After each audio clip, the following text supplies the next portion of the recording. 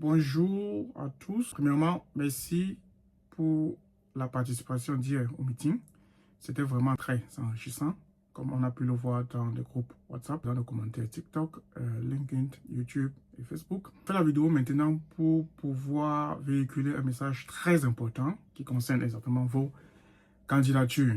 Vous allez sûrement vous poser la question, pourquoi ce détour entre YouTube et LinkedIn? La raison est simple. Comme ça a été proposé par Jonathan et Lévi, dès que la vidéo est postée sur YouTube, évidemment sur LinkedIn, sur la page de la WOW Foundation, vous avez juste à déposer les mots-clés. C'est-à-dire, pour celui ou bien pour celles qui sont présents, qui étaient présents hier, vous n'avez qu'à déposer présent. Pour ceux qui jusqu'à présent n'étaient pas présents simplement à cause du timing, vous n'avez qu'à déposer horaire plus une proposition de suggestion de créneau, c'est-à-dire horaire plus par exemple 18 heures. Pour ceux qui jusqu'à présent n'ont jamais été présents, simplement parce que ça ne donne même pas, égal ce qu'on fait, le créneau ne donnera pas, vous mettez juste créneau plus le temps qui vous arrange, c'est-à-dire si c'est dimanche à 19 h qui m'arrange, je mets créneau plus dimanche 19 h. Voilà, ça nous permettra donc de réorganiser nos timings pour les prochains meetings.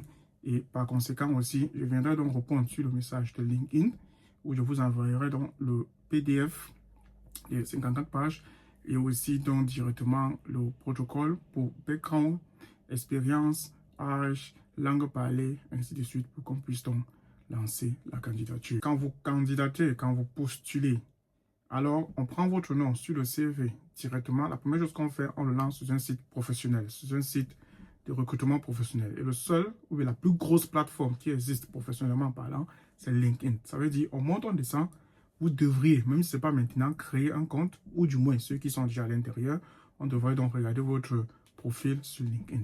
Donc, ça vous sert pour le recruteur, c'est au recruteur d'avoir une idée de vous directement avant l'interview, et ça me sert aussi à moi-même de pouvoir vous envoyer les choses en privé, sans ne pas pour autant publier ou divulguer vos informations au public.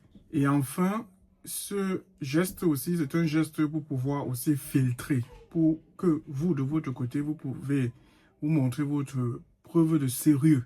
Parce qu'il y a eu trop de gens au meeting hier, par exemple. Mais je ne crois pas que tous ces gens-là vont candidater, je ne sais pas. Mais si c'est vraiment des gens qui vont candidater, il ne faut pas que je travaille pour rien.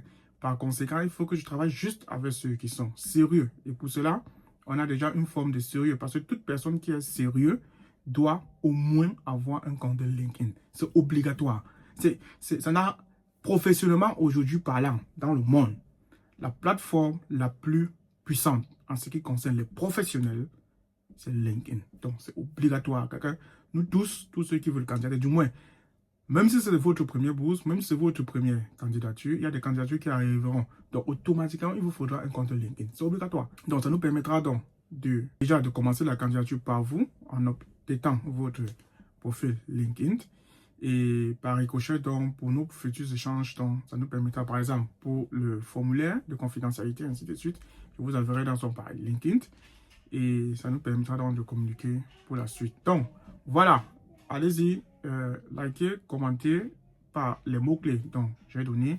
Je vous envoie donc ce PDF.